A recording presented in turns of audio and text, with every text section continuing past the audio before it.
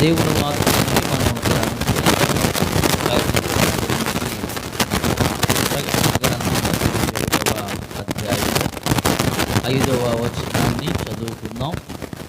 అప్పుడు సింహాసనాసీనుడై ఉన్నవాడు, ఇదిగో సమస్తము నూతనమైనవిగా చేయుచున్నానని చెప్పెను. మరియు ఈ మాటలు నమ్మకమును నిజమునయ్యున్నవి గనుక వ్రాయమని ఆయన నాతో చెప్పుచున్నాడు. దేవుడి వాక్యాన్ని దీవించి మన వెనుకిళ్ళు ఫలింపచేయునుగాక. ఆమేన్. అపోస్తుడైనటువంటి యోహాను, యేసు ప్రభువారి శిష్యుడు, అతి ప్రియమైన వాడు, దేవుణ్ణి హత్తుకున్నవాడు యోహాను. ఆయన పద్మాసు దీవుల్లో ఉన్నప్పుడు ప్రభు ఆయనతో మాట్లాడుతున్న చాలా శ్రేష్టమైన విషయాలు ఈ ప్రకటన గ్రంథం ద్వారా మనం నేర్చుకోవచ్చు. అయితే ఆయన ఆత్మ పరవశుడిగా ఉన్నప్పుడు యోహానుతో దేవుడు మాట్లాడుతున్న చాలా శ్రేష్టమైన సంగతుల్లో ఒక సంగతిని మనం ఈరోజు ధ్యానం చేయబోతున్నాం. ఆయన దర్శనములో ఒక చక్కని సన్నివేశాన్ని చూస్తూ ఉన్నాడు యోహాను. ఆయన ఆసీనుడిగా ఉన్నాడు. ఆయన మాట్లాడుతూ ఒక చక్కని మాటను పలుకుతున్నారు. ఇదిగో సమస్తమును నూతనమైనవిగా చేయుచున్నానని చెప్పాను. ఈ మాటలు నమ్మకమును నిజమునయ్యున్నవి గనుక వ్రాయమని ఆయనతో చెప్పుచున్న సందర్భాన్ని మనం ఇక్కడ జ్ఞాపకం చేసుకుంటున్నాం. ఈరోజు మరి మనము 6వ నెలలోనికి వచ్చాం. దేవుడు 5 నెలలు కూడా తన రెక్కల నెలలో కాచి కాపాడి 6వ నెల 1వ తారీఖులోనికి మనం అందరినీ దేవుడు మనల్ని ప్రవేశపెట్టాడు. ఈ మొదటి రోజు, ఈ మొదటి పునరుద్ధానములో మనము దేవుని సన్నిధిలో ఆరాధించాం, మనసారా దేవుని స్తుతించాం. ఈరోజు దేవుని మందిరంలోకి వచ్చిన ప్రతి ఒక్కరిని కూడా దేవుడు ఒక చక్కని వాగ్దానాన్ని ఇస్తూ ఉన్నాడు. ఇదిగో సమస్తము కూడా నూతనవిగా చేయుచున్నాను. ప్రతి ఒక్కరి జీవితాల్లో దేవుడు నూతన కార్యములు చేయునుగాక. ఈ నెల అంతట్లో కూడా ఒక ప్రత్యేకమైన వినూత్నమైన నూతనమైన సంగతులు దేవుడు వారి కుటుంబాల్లో జరిగించునుగాక. అది ఉద్యోగమైన, వ్యాపారమైన, చదువుల్లో అయినా, వారు తలపెట్టే చేతి పనులైనా, ఏదైనా సరే వారు చేసే ప్రతి ప్రయత్నంలో కూడా దేవుడు ఒక నూతనమైన కార్యాన్ని వారి మధ్యలో జరిగించునుగాక. దేవుడు మన మధ్యలో కూడా ఈరోజు నుంచే ఒక నూతనమైన కార్యము చేస్తానని దేవుడు ఈరోజు మనతో వాగ్దానం ద్వారా మాట్లాడుతున్నాడు. అలాగే మరి ఆ మాటను గురించి చెప్తూ, ఈ మాట నమ్మకమైనది, నిజమైనది. దేవుడు చెప్పే ప్రతి మాట కూడా యథార్థమైన మాట. దేవుడు పలికే ప్రతి మాట కూడా అది నమ్మకము కలిగిన మాట. మనము నమ్మకమైన వారం కాకపోవచ్చు, కానీ దేవుని మాట యథార్థమైనది. ఆయన అవునంటే అవును, కాదంటే కాదు. దేవుడు వాగ్దానం చేశాడంటే తప్పనిసరిగా ఆ వాగ్దానాన్ని ఆయన నెరవేరుస్తాడు. ఆయన మాట ఇచ్చాడంటే ఆయన మాటను ఎప్పుడు కూడా వెనక్కి తీసుకోడు.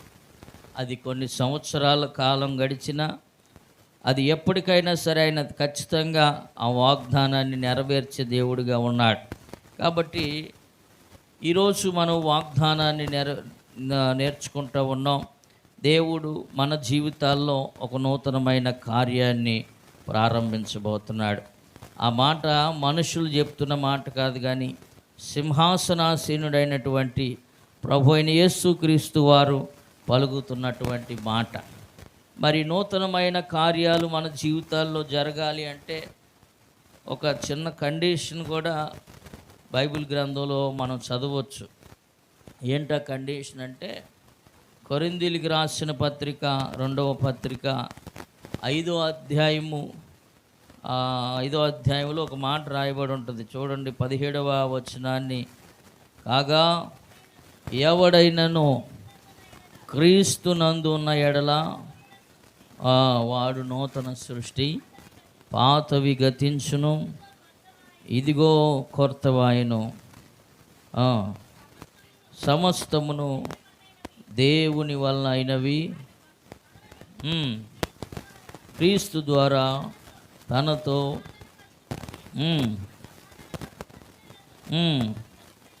మనకి అనుగ్రహించను. Praise lord.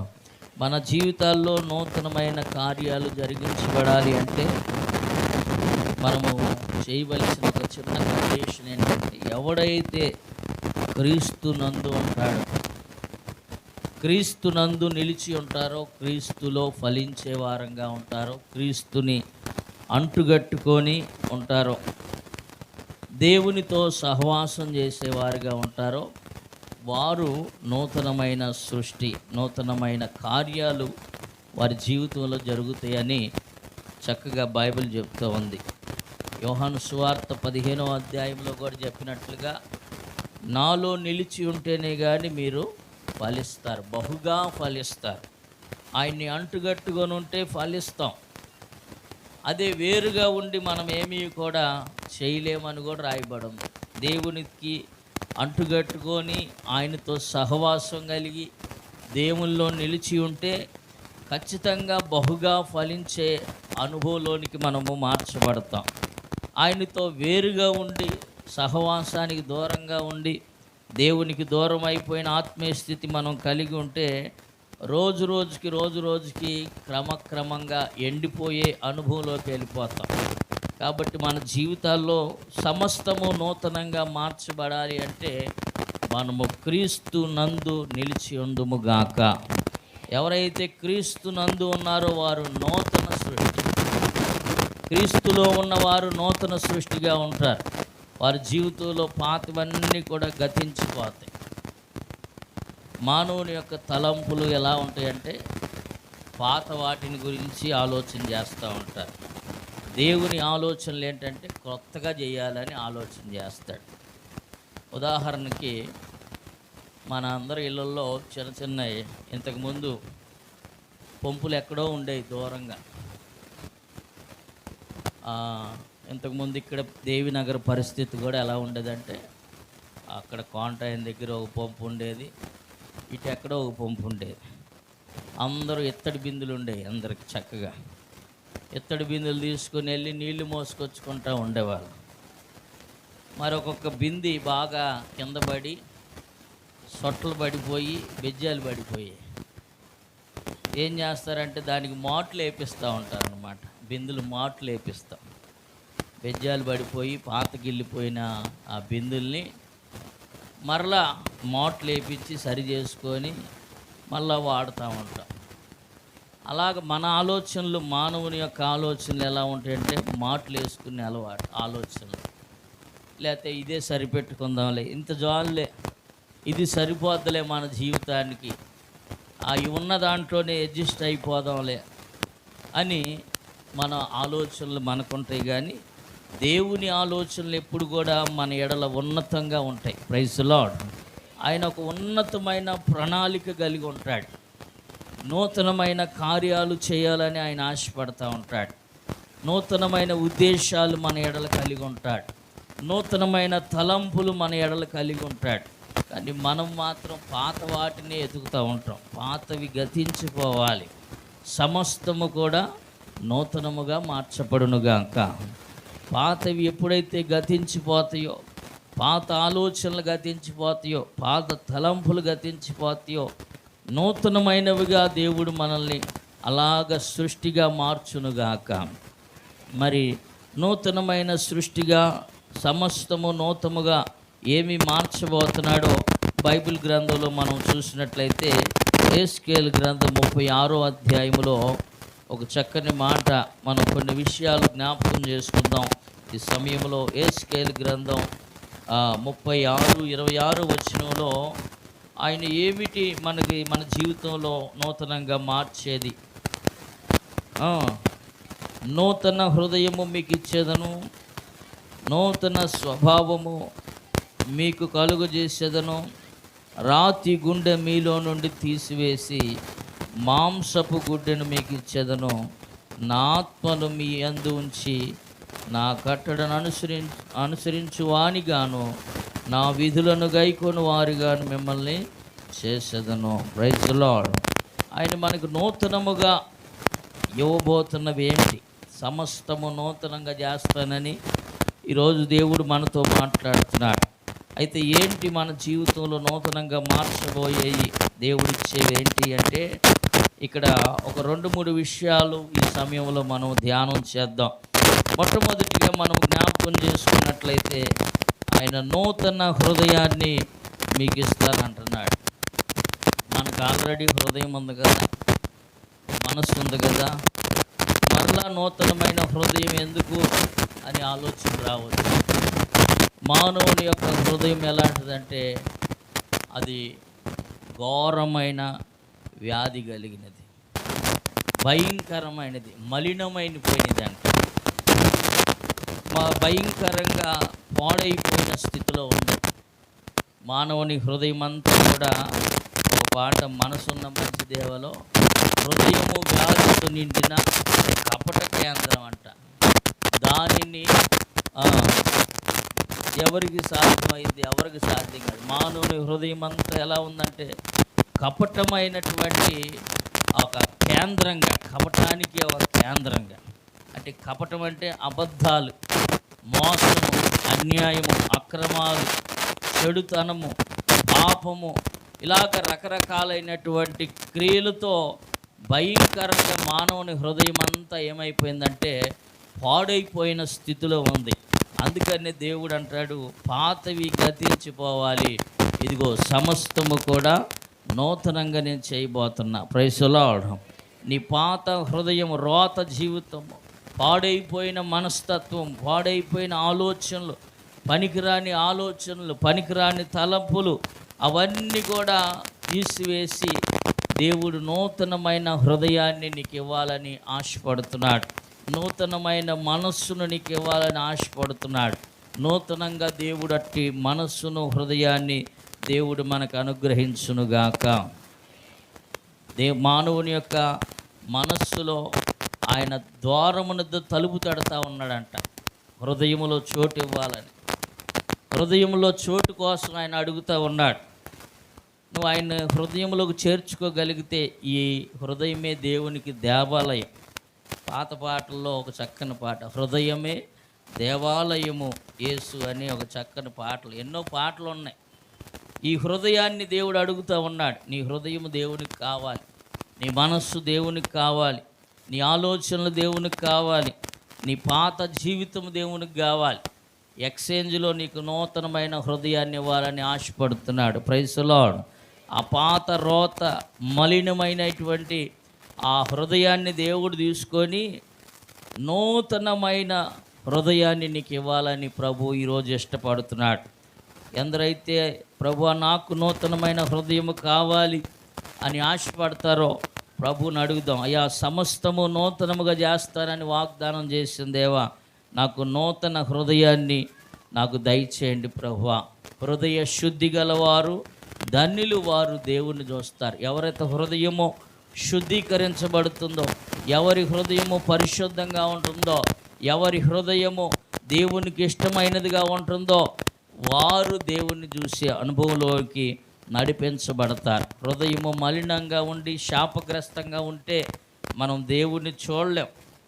దేవుణ్ణి చూడాలి, దేవుణ్ణి కలుసుకోవాలి, దేవుడితో మాట్లాడే అనుభవంలోనికి మనం నడిపించబడాలంటే హృదయ శుద్ధి అనేది చాలా ప్రాముఖ్యమైనదిగా ఉంది. Praise the Lord. అందుకని ఆయన చెప్తా ఉన్నాడు, నూతన హృదయాన్ని మీకు ఇస్తాను, నూతనమైన హృదయాన్ని మీకు ఇస్తాను అంటున్నాడు. మన హృదయము ఎలాగుంది?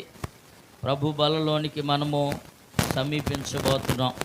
మన హృదయం అంతా చెడు ఆలోచనలతో నిండుకొని ఉందా? చెడు తలంపులతో నిండుకొని ఉందా? ఒకవేళ మే నెలంతా ఎలాగున్నామో మనకైతే తెలియదు. ఒక్కసారి మన హృదయాల్ని, యోబు భక్తుడు కూడా తన పిల్లలో హృదయములో పాపం చేశారేమోనని చెప్పేసి వారి నిమిత్తం అరుణోదయమున లేచి బలి అర్పించాడు, నైవేద్యం అర్పించాడు, దేవునికి ప్రార్థన చేశాడు. ఎందుకంటే యవనస్తులు పాడైపోవడానికి మరి పెద్దవారేంటి చిన్నవారేంటి అందరూ పాడైపోవడానికి ఇప్పుడు అవకాశం ఉంది. ఎందుకంటే ఈ మంచి చెడ్డలు తెలివినిచ్చే చెట్టు అప్పుడుంటే ఏదైనా తోటలో, ఇప్పుడు మంచి చెడ్డలు తెలివినిచ్చే ఒక మొబైల్ అందరికీ ఉంది. మొబైల్ లేని వాళ్ళు అంటూ ఎవరు లేరు. ప్రతి ఒక్కరు కూడా ఇప్పుడు కీప్యాడ్ ఫోన్లు ఎవరు వాడతలే. చిన్నది సరిపోవట్లేదండి, పెద్దది కావాల్సిందే. Price lord. టచ్ ఫోన్ కావాల్సిందే అంటున్నారు అందరూ. ఇప్పుడు టచ్ ఫోను ఉంటే మంచిదే, మంచి సమాచారం తెలుసుకున్నటప్పుడు బాగానే ఉంటుంది. దేవుని వాక్యాన్ని వినటానికి, ఫోన్లో వచ్చినప్పుడు మాట్లాడుకోవడానికి, లేదా కొన్ని విషయాలు తెలియని విషయాలు తెలుసుకోవడానికి కూడా బాగానే మంచిగానే ఉంటుంది. మంచి ఉంది, చెడు కూడా ఉంది. అపవిత్రమైనవి ఉన్నాయి, పవిత్రమైన సంగతులు తెలుసుకోవడానికి కూడా ఉన్నాయి. కాబట్టి మనిషి తెలియకోకుండానే పాపంలో పడిపోతూ ఉన్నాడు, శాపమును తెచ్చిపెట్టుకుంటూ ఉన్నాడు. మన హృదయము పూర్తిగా పాడైపోయిన స్థితిలో ఉంది. కాబట్టి ప్రభు అంటున్నాడు, సమస్తమును కూడా నూతనముగా చేయాలని ఆయన ఇష్టపడుతున్నాడు. ఆ నూతనమైన ప్రక్రియలోనే మొట్టమొదటిగా నూతనమైన హృదయాన్ని ఇవ్వాలని ప్రభు ఇష్టపడుతున్నాడు. అలాగే యేసుకేలు గ్రంథంలోని 11వ అధ్యాయంలో మరొక మాట కూడా రాయబడింది చూడండి. యేసుకేలు గ్రంథం 11వ అధ్యాయము 19వ వచనాన్ని ఒకసారి మనం చదివితే, నా కట్టడలను నా విధులను అనుసరించి గాయకొనున్నట్లు నేను వారి శరీరంలో నుండి రాతి గుండెను తీసివేసి వారికి మాంసపు గుండెను ఇచ్చి వారికి ఏక మనస్సు కలుగజేసి వారి యందు నూతన ఆత్మను పుట్టింతును. Praise the lord. ఎవరి హృదయం అయితే నూతనంగా మార్చబడుతుందో, మరి నూతన హృదయము ఖాళీగా ఉండకూడదు. హృదయము ఖాళీగా ఉందంటే ఆ అపవిత్రాత్మ దయ్యంగాడు ఏం చేస్తాడంటే, వాడు వచ్చి చూస్తాడంట. ముందు ఇల్లు ఖాళీగా ఉందంటే వాడు వెళ్ళి ఇంకో 7 దెయ్యాలను తీసుకొని వచ్చి 7 దెయ్యాలని కూర్చోబెడతాడు. నూతన హృదయము దేవుడు మనకి ఇచ్చినప్పుడు ఆ హృదయము ఖాళీగా ఉండకూడదు. ఎలా ఉండాలంటే, ఇక్కడ 2వ మెట్టును మనం జ్ఞాపకం చేసుకుంటున్నాం. ప్రభు చెబుతున్న మాట ఏంటంటే, నూతన ఆత్మతో ఆ హృదయము నింపబడునుగాక. నూతన హృదయములో ఏముండాలంటే, ఫ్రెష్గా దేవుడు మరలా హృదయాన్ని మనకి ఇచ్చినప్పుడు ఆ హృదయం నిండా ఏముండాలంటే నూతన ఆత్మ, పరిశుద్ధాత్మతో అది నింపబడినప్పుడు ఆత్మ కార్యాలు దేవుడు జరిగిస్తూ ఉంటాడు. Praise the Lord. ఆత్మ ఫలాలు ఫలించేవారుగా ఉంటారు, ఆత్మ వరాలు కలిగిన వారుగా ఉంటారు. ప్రవచించి ప్రార్థించి దేవుని సన్నిధిలో చక్కగా ఆత్మీయంగా బలపడేవారుగా ఉంటారు. ఆత్మ కలిగిన వాడే దేవుని బిడ్డగా ఉంటాడు. ఆత్మ లేనివాడు ఆయన వాడు కాదు. ఎవరైతే ఆత్మ కలిగి ఉంటారో వారే దేవుని పిల్లలుగా ఉంటారు, దేవునికి ఇష్టలుగా ఉంటారు. ఆత్మ పూర్ణులుగా ఉండాలని దేవుని వాక్యం సెలవిస్తూ ఉంది. కాబట్టి నూతన ఆత్మను ఆయన ఇచ్చే దేవుడిగా ఉన్నాడు, ఆత్మతో మనల్ని నింపే దేవుడిగా ఉన్నాడు. ఈ అంత్య దినముల్లో ప్రభు అందరి మీద ఆయన ఆత్మను కుమ్మరిస్తానని వాగ్దానం చేశాడు.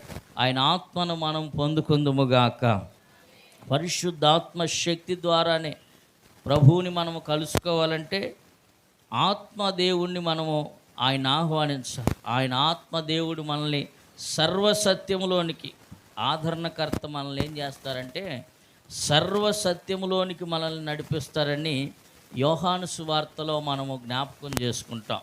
ఆయన సర్వసత్యములోనికి మనల్ని నడిపిస్తాడు. ఇది సత్యము, దేవుని వాక్యము సత్యమైతే సర్వసత్యం అనేది దేవునితో మనము ఏకమవులాగా పరిశుద్ధాత్మ దేవుని యొక్క సహకారం మనకు ఉంటుంది. కాబట్టి నూతన ఆత్మను కూడా మనము కలిగి ఉందుముగాక. నూతన ఆత్మను కలిగి ఉండటమే కాదు కానీ ఇంకా కొన్ని వాక్యాలు మనము చూసినట్లయితే బైబిల్ గ్రంథంలో యెషయా గ్రంథం 62వ అధ్యాయము 2వ వచనంలో ఎవరైతే నూతన ఆత్మను అనుభవంలోనికి నడిపించబడతారో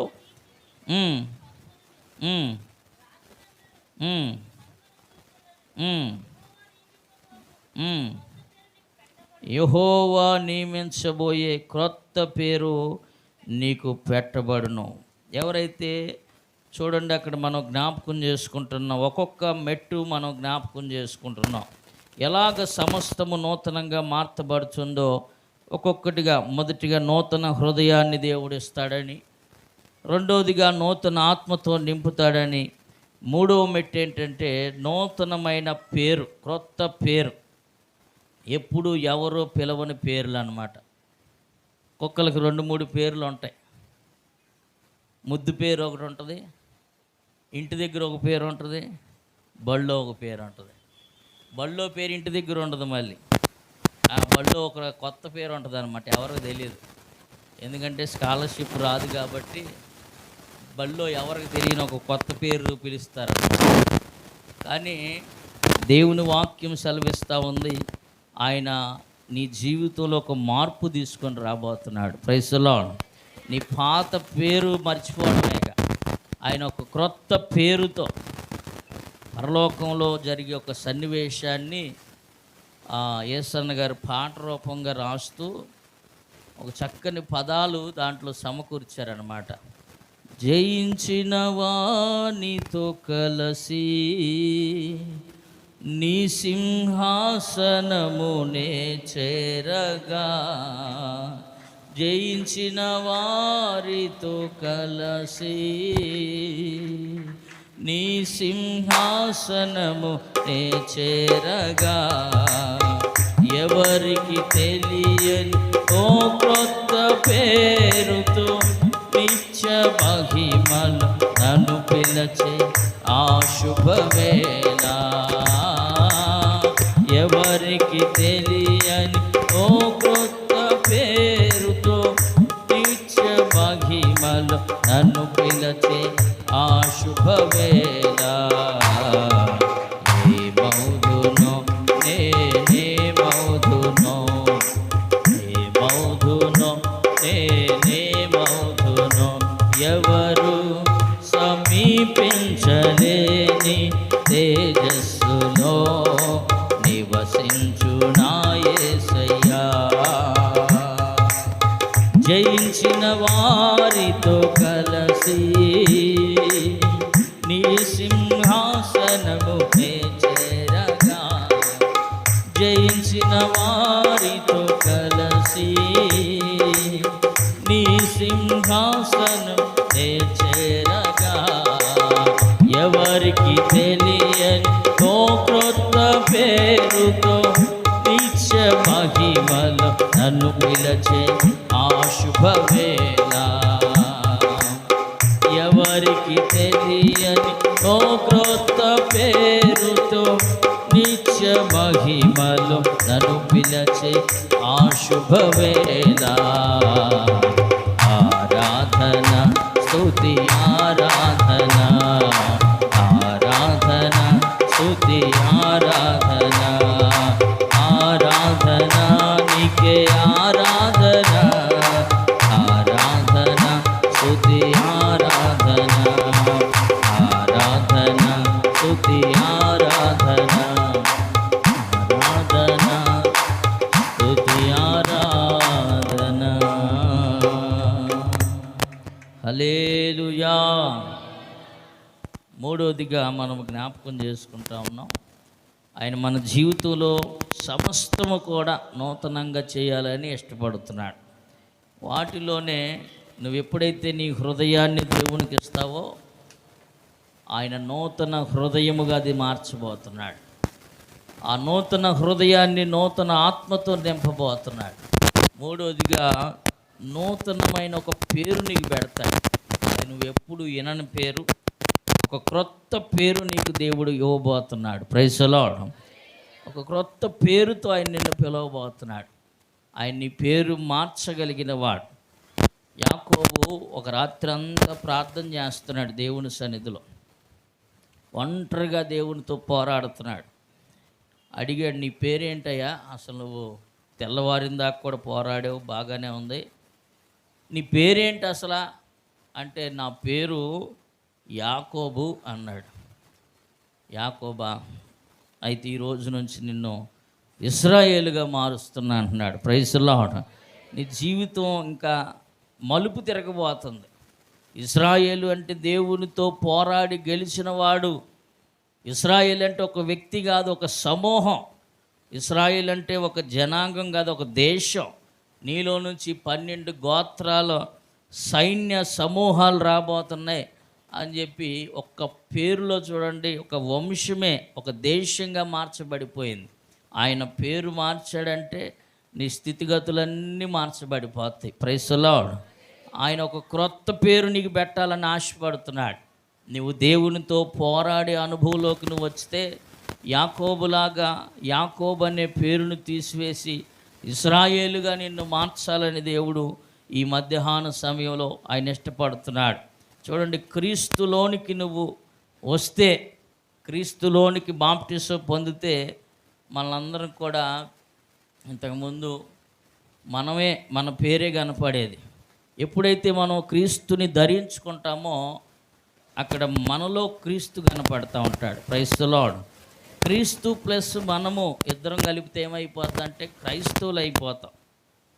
ప్రైజ్ ది లార్డ్. క్రైస్తవులు అనే పదం ఎక్కడి నుంచి వచ్చిందంటే ఎవరో పెట్ల, వారు క్రీస్తులోనికి బాప్టిజం పొందినప్పుడు, వారు క్రీస్తుని ధరించుకున్నప్పుడు, వారు వెళుతున్న మార్గాల్లో వారు చేస్తున్న క్రియలను బట్టి ఎదుటివారు చూసి వారికి ఒక మంచి పేరు పెట్టారు. వీరేంటయ్యా, క్రీస్తులాగే ఉన్నారు, క్రీస్తులాగే మాట్లాడుతున్నారు, క్రీస్తులాగే నడుస్తూ ఉన్నారు, ఆళ్ళు ఇల్లు ఒకటేనేమో ఆయన ఇల్లు అని ఆ రెండు మిక్స్ చేసి క్రైస్తవులుగా మార్చేశారు.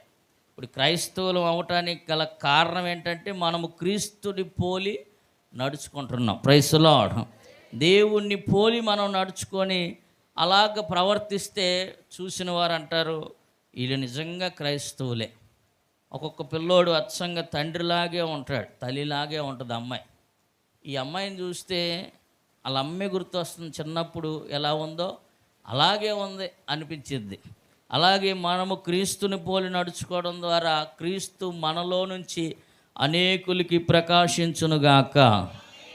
మనల్ని చూసినప్పుడు వీళ్ళు అసలు క్రైస్తవులా లేకపోతే అన్నిలా, వీళ్ళలో అసలు ఏ మార్పు లేదే, ఎన్నో సంవత్సరాలుగా దేవుని నమ్ముకున్నారు, క్రైస్తవులాగే ఏం కనిపించట్లేదే అనే మాట మనకు రాకూడదు. కొత్త పేరు మనకి ఏ కొత్త పేరు రావాలంటే వీళ్ళు క్రైస్తవులు, క్రీస్తుని పోలి నడుచుకుంటున్నారు. Praise the lord. కాబట్టి మనము దేవుడు మనకి క్రొత్త పేరు ఇస్తానని ఆయన వాగ్దానం చేస్తూ ఉన్నాడు. అదే యెషయా గ్రంథంలో మనం చూసినట్లయితే 40వ అధ్యాయం చివరి వచనంలో, యెహోవా కొరకు ఎదురు చూచువారు నూతన బలమును పొందుకొని పక్షి రాజు వలె రెక్కలు చాచుకొని వారు సొమ్మసిల్లక అలయక వారు పరుగెత్తుతారంట. Praise the Lord. యెహోవా కొరకు ఎదురు చూచువారు వారు ఏం పొందుకుంటారంటే నూతనమైన బలాన్ని పొందుకుంటారు, నూతనమైన శక్తిని పొందుకుంటారు, నూతనమైన ఉజ్జీవం వారిలో ఉంటుంది. వాళ్ళు ముసలివారు అయిపోతున్నా సరే నూతన యవ్వనాన్ని దేవుడు వారికి ఇస్తాడు. Praise the Lord. ఒక గ్రద్దను గురించి అక్కడ చెప్తూ, పక్షిరాజు అనగా గ్రద్దను పోల్చుకొని మనం చూస్తూ ఉన్నాం. ఆ గ్రద్ద ఎలాంటిదంటే ఇంచుమించుగా 70-80 సంవత్సరాలు బ్రతికిద్ది. అది 40 సంవత్సరాలు అవ్వగానే తన శరీరం అంతా కూడా బరువు అయిపోద్దంట.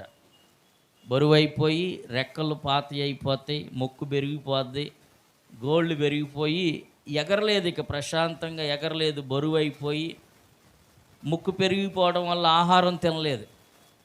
ఇన్ని పరిస్థితులు వచ్చి ఇక మరణం అంచుల్లోకి వెళ్ళిపోయిన తర్వాత ఆ గ్రద్ద అనుకుంటుందంట, ఇక అనవసరం జీవితం మీద, ఒక ఉన్నతమైన శిఖరానికి వెళ్ళిపోవాలి, అక్కడ ఇగో నా పాత శరీరం అంతా బాగు చేసుకోవాలి, మరలా నూతనంగా మార్చబడాలని చెప్పి అక్కడికి వెళ్ళిపోయి ఉపవాసం ఉండి తిండి తిప్పలు మానేసి ఆ రాయికేసి ముక్కుని ఓకే రుద్ది రుద్ది రుద్ది ఏం చేస్తుందంటే ముక్కు అంతా నూతనంగా తయారు చేసుకుంటుందంట. Praise the lord.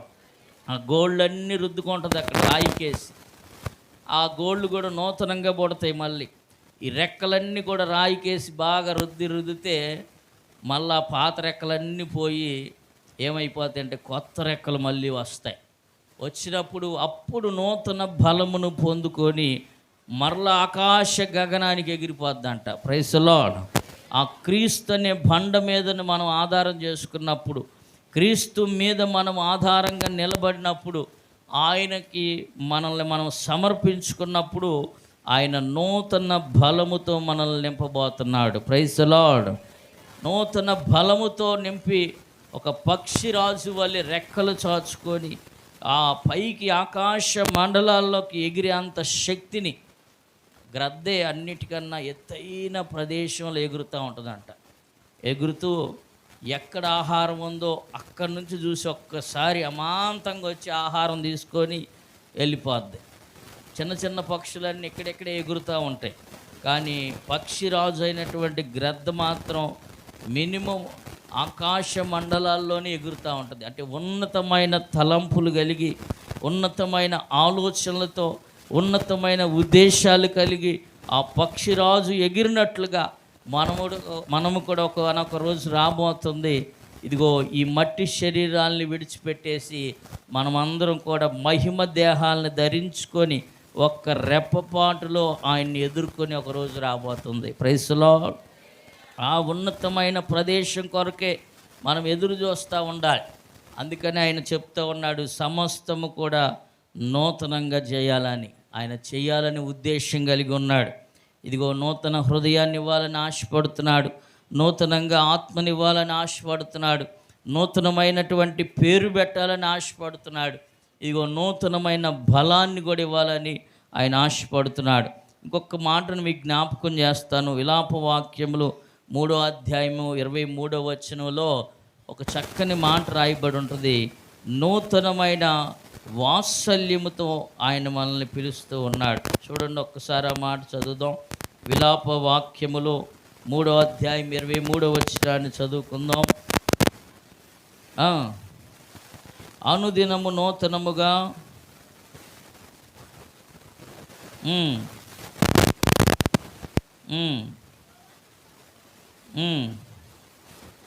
నాకేం వినపడుతుంది అసలు మీరు చదివేది. అనుదినము నూతనముగా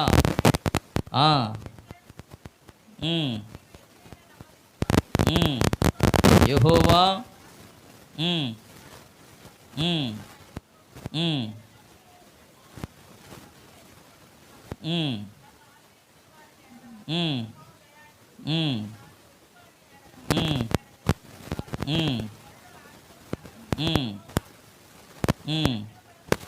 ఇరవై 23లో మనం చదివామన్నమాట.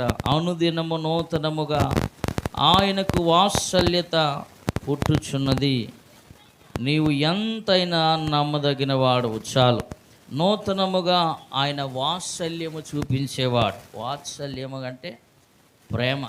మనం ఎన్ని తప్పిదాలు చేస్తూ ఉన్నా, పొరపాట్లు చేస్తూ ఉన్నా, మరలా నూతనంగా ఆయన మనల్ని ప్రేమిస్తూ ఉన్నాడు. వాత్సల్యము చూపించేవాడు.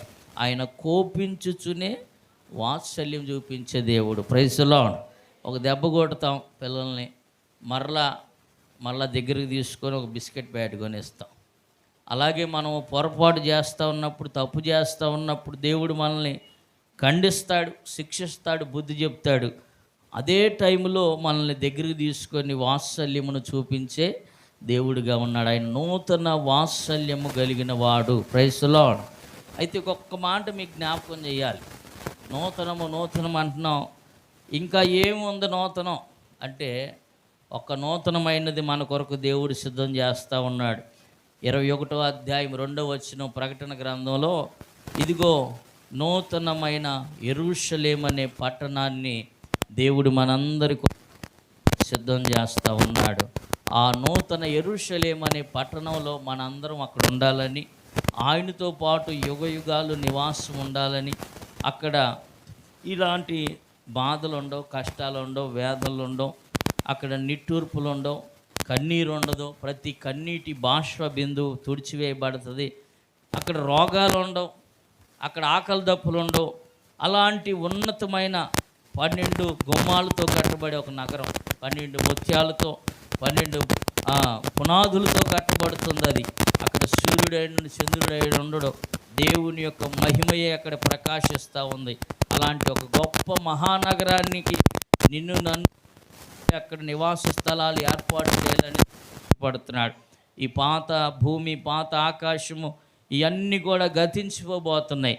ఒక నూతనమైన యెరూషలేము అనే మహాపట్టణాన్ని దేవుడు సిద్ధం చేస్తూ ఉన్నాడు.